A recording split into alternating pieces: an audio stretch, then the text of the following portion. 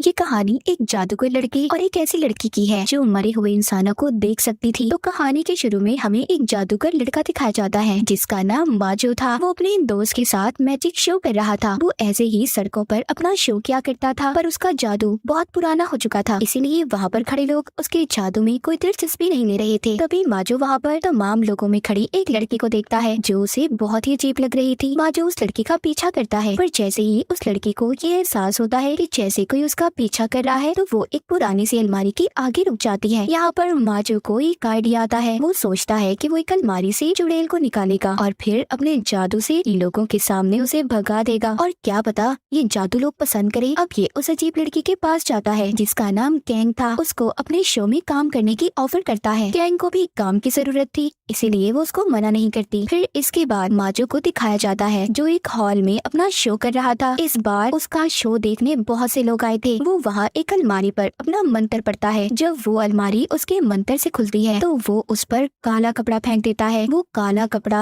एक भूत का रूप लेकर हवा में उड़ने लगा था। माजो उस भूत से पूछता है, तुम यहाँ पर क्या करने आए हो? वो कहता है, अपनी मौत का बदला। यही लोगों के दरमियान में मेरा कातिल है। पर वहाँ पर शो देखने आए सभी लोग डर गए थे। अब वो भूत एक लड़की की तरफ इशारा करता है। जैसे ही उसकी तरफ इशारा करता है, काले कपड़े वाला भूत उसे पकड़ लेता है। अब वो भूत तो गायब हो गया था, पर वो लड़की उस कपड़े में लिपट जाती है। माजो फिर एक कुल्हाड़ी लाकर मंत्र पढ़ता है और फिर उस पर मारता है। वो कपड़े में लिपटी लड़की नीचे गिर गई थी। वो अलमारी भी बंद हो जाती है। माजो जब उस कपड़े को हटाता है तो वहाँ पर कोई लड़की नहीं थी। फिर पीछे से माजो के साथी आकर अलमारी को कपड़े से ढक देते हैं। जब माजो वो कपड़ा हटाता है तो वहाँ पर अलमारी तो गायब हो गई थी, पर ऑडियंस में बैठी लड़की सही सलामत वापस आ जाती है। लोगों को माजो का ये शो बहुत अच्छा लगा था। शो खत्म होने के बाद कैंग को देखते हैं जिसने उस घोस्ट का रोल प्ले किया था, यानी कि जो भूत आपने काले कपड़े का देखा था वो कोई और नहीं, वो कैंग ही थी। और ये सब माजो का ही प्लान था। और तो और जो लोगों के दरमियान में लड़की बैठी थी वो भी इन्हीं की टीम की मेंबर थी और माजो की बहुत अच्छी दोस्त थी। अब काम खत्म हो गया था। कैंग वहाँ से जाने लगती है। माजो से रोककर कहता है, सुनो मेरी बात सुनो, हम लोग सब बाहर जा रहे हैं, क्या तुम हमारे साथ चलोगी? पर कैंग उसे मना कर देती है और घर चली जाती है। कैंग जब घर आती है तो अपनी मॉम से बात करती है। यहाँ पर हमें पता चलता है कि वो बिल्कुल अकेली रहती थी। आज उसका बर्थडे था। वो अकेली बैठकर केक खा रही थी। कैंग ने अपने घर में एक टेंट भी बनाया हुआ था जिसमें वो सोती थी, क्योंकि उसका घर बहुत बड़ा था और उसे अकेले ऐसे सोने से डर लगता था। कैंग जब टेंट में सोने जाती है तो उसे महसूस हो रहा था कि जैसे उसके टेंट की जिप कोई खोल रहा हो। वो अपने सामने दो बच्चों को देखती है जो मर चुके थे। जिसके बाद हम कैंग को सड़क के किनारे देखते हैं जहाँ पर उन्हीं दो बच्चों की मौत हुई थी। कैंग पुलिस को फोन करती है, कहती है कि एक आदमी बहुत नशे में था और उसने नशे में गाड़ी चलाते हुए इन बच्चों का एक्सीडेंट कर दिया, क्योंकि ये बात इसे उन्हीं दो बच्चों ने बताई थी जो मर चुके थे। यहाँ पर हम ये जान पाते हैं कि कैंग मरे हुए इंसानों को देख सकती थी। अगले दिन कैंग जब शो की सेट पर थी तो अकेली बैठकर खाना खा रही थी। माजो का दोस्त उसे बड़े ही गौर से देख रहा था, जो बात कैंग को अच्छी नहीं लगती और वहाँ से जाने लगती है। तभी वहाँ पर माजो आकर उसको रोक लेता है, कहता है कि कहाँ जा रही हो? वो कहती है अपने घर। वो कहता है नहीं नहीं, आज तुम नहीं जा सकती। तुम हर रोज ही कोई ना कोई बहाना बनाकर चली जाती हो।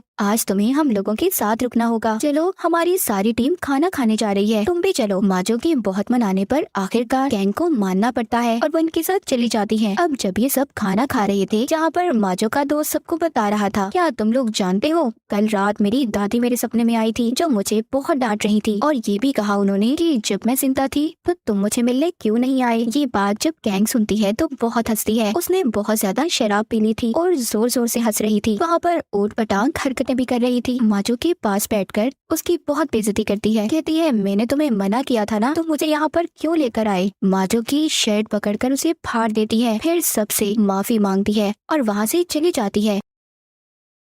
उसकी टीम के सभी लोग उसकी ऐसी हरकत पर बहुत हैरान थे। अगले दिन दिखाया जाता है माजो की दोस्त कहीं पर जा रही थी। ये उसको एयरपोर्ट छोड़कर जब वापस आ रहा था तो इसको कैंग की कॉल आती है जो रात की बदतमीजी पर इसे माफी मांग रही थी। तभी बातों के दौरान कैंग को अपने घर में लगी पेंटिंग से चीखों की आवाज आती है। जब ये उस तरफ देखती है तो उसमें से एक आत्मा निकलकर इसे डरा रही थी। कैंग बेचारी डरी सहमी अपने घर में एक साइड पर बैठ जाती है। तभी कुछ देर के बाद इसके घर का दरवाजा बजता है। जब ये जाकर देखती है तो इसका बॉस माजो था। क्योंकि उसने फोन पर इसकी चीख की आवाज को सुन लिया था और इसीलिए इसकी खैरियत मालूम करने आया था। कैंग के घर में उसे खिलाने के लिए कुछ भी नहीं था सिवाय 2 दिन पुराने केक के। ये उसको अपने हिसाब से सजाकर उसके सामने पेश करती है। जब ये यहाँ से जाने लगता है तो सामने एक बच्चे को देखता है जो कोने में छुपा हुआ था। वो कैंग से जब उसका पूछता है तो वो बताती है कि ये बच्चा हमारे पड़ोस में रहता है और शायद छुपन छुपाई खेल रहा है। माजो कहता है आओ हम भी इसके साथ खेलते हैं, पर जब ये दोबारा से उसे वहाँ पर देखता है तो वो बच्चा गायब हो चुका था। फिर दोबारा से कोने में उसको वही बच्चा नजर आता है। ये कैंग को लेकर वहाँ पर छुप जाता है। जब ये बच्चे को डराता है तो वो डर कर बहुत तेजी से भाग जाता है। माजो भी चला गया था। इसके जाने के बाद कैंग अपनी दोस्त को फोन करती है। उन्हें बताती है कि तुम जानती हो मेरे बॉस मेरे घर आए थे। उधर माजो रात को जब अपने घर में सो रहा था तो कोई उसके बेड से गुजरता है जिससे उसकी आँख खुल जाती है। जब ये लाइट जलाकर देखता है तो इसके घर में वो ही बच्चा था जो इसने कैंग के घर में देखा था। जब ये खुद को शीशे में देखता है तो वो बच्चा इसके पीछे खड़ा था, जिसे देखकर ये बहुत ज्यादा डर जाता है और गिरता पड़ता घर से बाहर आकर कैंग को कॉल करता है। बताता है तुम्हारे पड़ोस में रहने वाला बच्चा मेरे घर पर है। कैंग शराब लेकर माजो के पास आती है और कहती है पहले इसे थोड़ा पी लो, फिर तुम्हें मेरी बात समझ आएगी कि मैं कहना क्या चाहती हूँ तुमसे। वो उसके कान में कहती है सुनो, मुझे मरे हुए इंसान नजर आते हैं, मैं मरे हुए लोगों को देख सकती हूँ और वो बच्चा शायद हमसे कुछ कहना चाहता है। अब ये दोनों दोबारा से घर के अंदर जाते हैं। वो बच्चा फिर से माजो के कंधे पर हाथ रखता है। जब कैंग उस बच्चे के हाथ पर अपना हाथ रखती है तो उसे एक विजन, एक ख्याल नजर आता है। जब ये उसे विजन वाली जगह पर जाते हैं जहाँ पर एक औरत का एक्सीडेंट हुआ था। उस औरत का बच्चा तो मर चुका था पर वो अभी भी जिंदा थी। माजो जल्दी से एम्बुलेंस को कॉल करता है। सुबह को आकर एम्बुलेंस बच्चे और उसकी माँ को ले जाती है। एम्बुलेंस के जाते ही वो बच्चा कैंग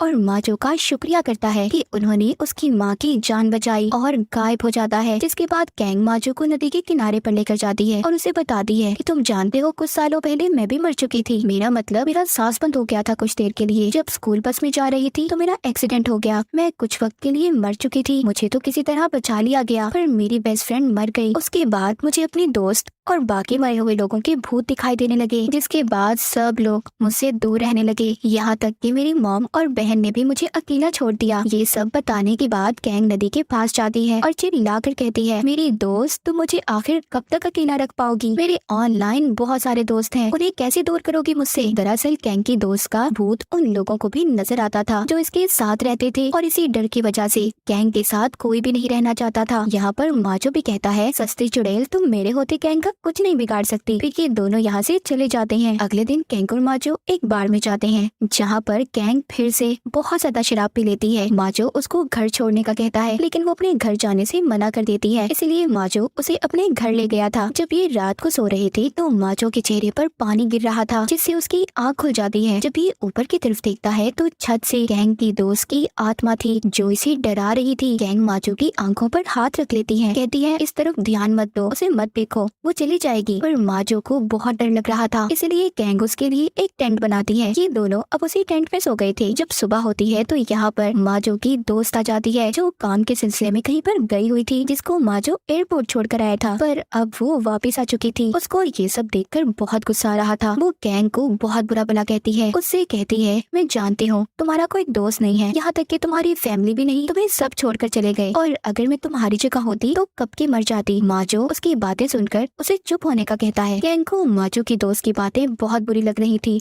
वो रोते हुए चली जाती है।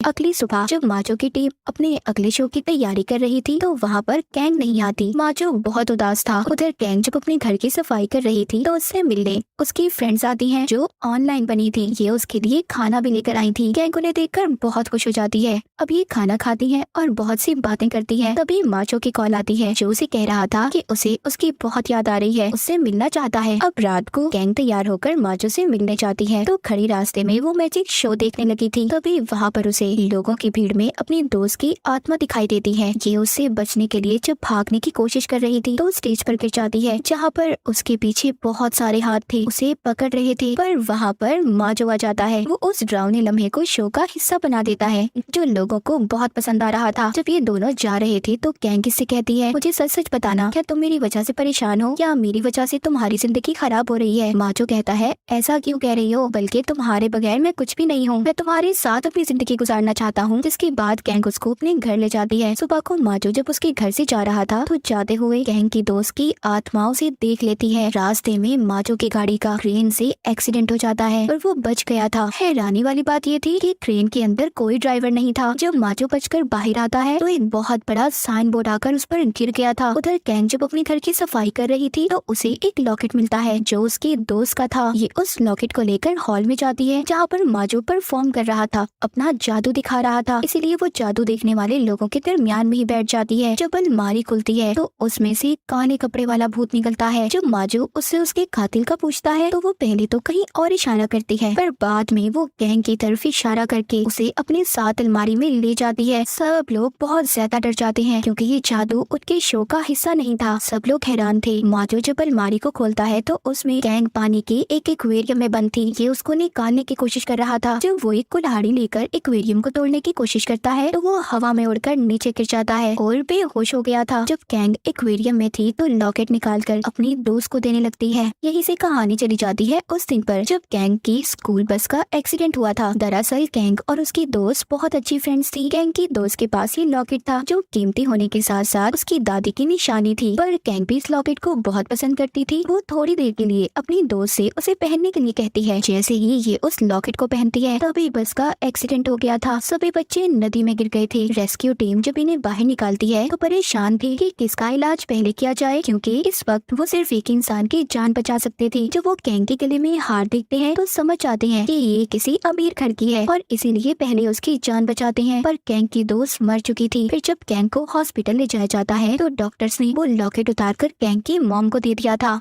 वो उसे रख कर भूल गई और अब इस लॉकेट की वजह से गैंग की दोस्त उसके पीछे थी। उसकी आत्मा भटक रही थी। हम दोबारा से प्रेजेंट मौजूदा सीन देखते हैं जहाँ पर गैंग अपनी दोस्त को लॉकेट पहना देती है। जैसे ही वो लॉकेट पहनाती है वो एक्वेरियम से बाहर आ गई थी, पर माचो अभी भी बेहोश था। इन दोनों को हॉस्पिटल ले जाया जाता है। वो जब होश में आकर माचो की ऐसी हालत देखती है तो उससे दूर जाने का फैसला करती है। लेकिन होश में आने के बाद जब ये बात माचो को पता चलती है तो वो उसको फोन कर बहुत रोकता है और रोने लगता है, पर गैंग नहीं रुकती। अब जब गैंग ये शहर छोड़कर जा रही थी वो प्लेन में बैठी थी, तभी उसके पास एक एयर होस्टेस आती है। एयर होस्टेस जब उससे बात करती है तो वहाँ पर उसकी दोस्त की आत्मा थी। तभी प्लेन हिलने लगता है। उधर माजो जो एयरपोर्ट पर बैठा गैंग का इंतजार कर रहा था वो ये अनाउंसमेंट ऐलान सुनता है कि हमारा प्लेन वापस आ रहा है, उसमें कुछ खराबी हो गई है। और ये उसी प्लेन की बात कर रहे थे जिसमें गैंग जा रही थी। ये सुनकर बहुत खुश होता है। अब ये जैसे ही गैंग को देखता है उससे बात करता है, उसे बताता है कि मैं तुम्हें बहुत प्यार करता हूँ, मैं सारी जिंदगी तुम्हारे साथ रहना चाहता हूँ, तुम ऐसे मुझे छोड़कर नहीं जा सकती। पर गैंग उसको ऊपर देखने का कहती है जहाँ पर उसकी दोस्त की आत्मा खड़ी थी। कहती है अब भी तुम मुझसे प्यार करते हो, क्योंकि सोच लो सारी जिंदगी ये मेरे साथ रहने वाली है। माचो कहता है हाँ अब भी मैं तुम्हें प्यार करता हूँ। ये दोनों एक दूसरे के करीब आ गए थे और बहुत खुश थे। और इसी हैप्पी एंडिंग के साथ ये कहानी यहीं पर खत्म हो जाती।